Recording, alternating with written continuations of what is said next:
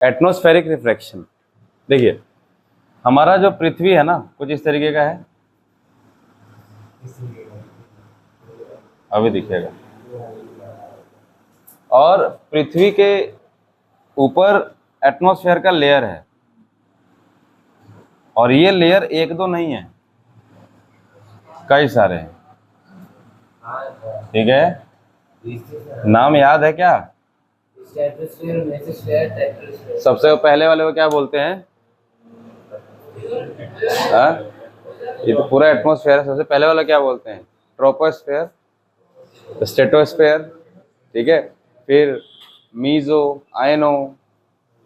खैर, जैसे जैसे हम ऊपर जाते हैं ना, ये एयर जो है वो गर्म रहता है, एनर्जाइज्ड एयर रहता है, और जितना एयर गर्म रहेगा ना उसका डेंसिटी उतना ही कम रहेगा, जितना ठंडा एयर होगा उसकी डेंसिटी उतनी ही ज़्यादा।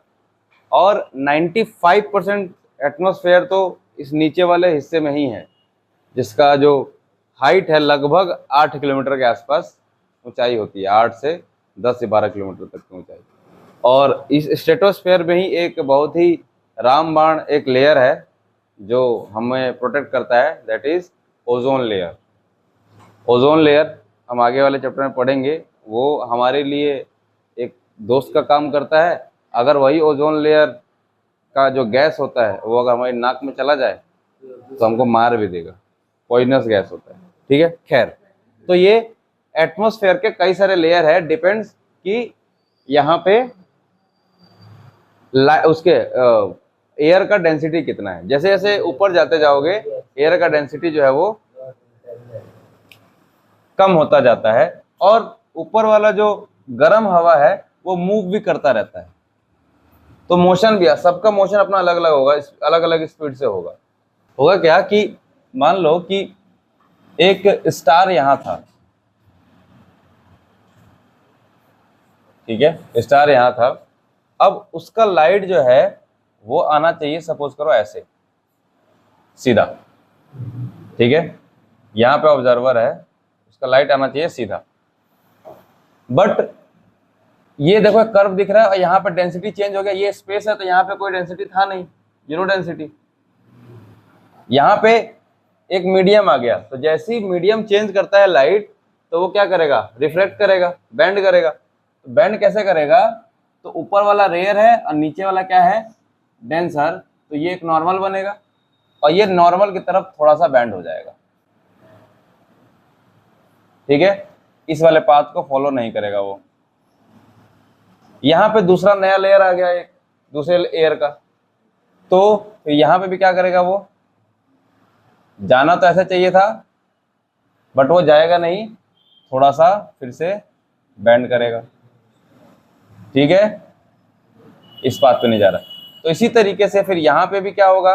जाना इधर चाहिए था, थोड़ा सा बेंड करेगा। तो बेंड करते करते इसको जाना, पहुंचना तो यहाँ चाहिए था लाइट सीधा, बट वो पहुंचेगा कहाँ? यहाँ पे, ठीक है। अब जब यहाँ पहुंचेगा तो हमारी आंख की जो एबिलिटी है वो चीजों को सीधा देखती है, मतलब जो रिफ्रैक्शन आएगा उसी से तो इमेज बनेगा। तो इसका जो इमेज है वो बनेगा यहाँ, एक्चुअल पोजीशन यहाँ पे है, एक्चुअल, और दिखेगा यहाँ, और यहाँ पे भी स्टेशनरी नहीं दिखेगा, क्योंकि ये क्या हो रहा है? ये सब जो लेयर है मूविंग लेयर है, तो कभी भी डेंसिटी कम ज्यादा होता रहेगा। तो वो कभी इधर दिख रहा है, कभी इधर दिख रहा है, कभी इधर दिख रहा है, that is called twinkling of stars, star का ट्विंकल होना। तो हमने बचपन में पढ़ा था ना, twinkle twinkle little star, how I wonder what you are. तो उसका आंसर 10वीं क्लास में मिला है कि ट्विंकलिंग क्यों करता है ये, ठीक है, ट्विंकलिंग क्यों करता है? Due to atmospheric refraction. तो एटमॉस्फेरिक रिफ्रैक्शन क्या है? Refraction due to atmospheric layer. Atmospheric layer की वजह से जो रिफ्रैक्शन हो रहा है उसी को हम कहते हैं एटमॉस्फेरिक रिफ्रैक्शन। और इसकी वजह से क्या हो रहा है? नर्सरी क्लास का पोयम याद कर लो, स्टार क्यों ट्विंकल करता है, ठीक है। तो पहला तो स्टार के पास खुद का लाइट है, प्लेनेट के पास खुद का लाइट नहीं है, या मून उसके पास खुद का लाइट नहीं है, तो इसलिए वो ट्विंकलिंग नहीं करता है। जिसके पास खुद का लाइट होगा वही ट्विंकल करेगा। ठीक है। और ट्विंकल करेगा क्यों? क्योंकि जो ये लेयर है ना, ये मूविंग लेयर है, तो जो पहले जहां पे था स्टार उससे अलग दिखेगा। अब वो भी एक जगह स्टेशनरी नहीं दिखेगा, क्योंकि ये मूविंग कर रहा है, तो कभी इस साइड दिखेगा कभी इस साइड दिखेगा, तो वो टिमटिमाता हुआ नजर आएगा। हाँ नहीं, हाँ कौन? बहुत पास है वो, सारा का सारा लाइट आ रहा है एक साथ।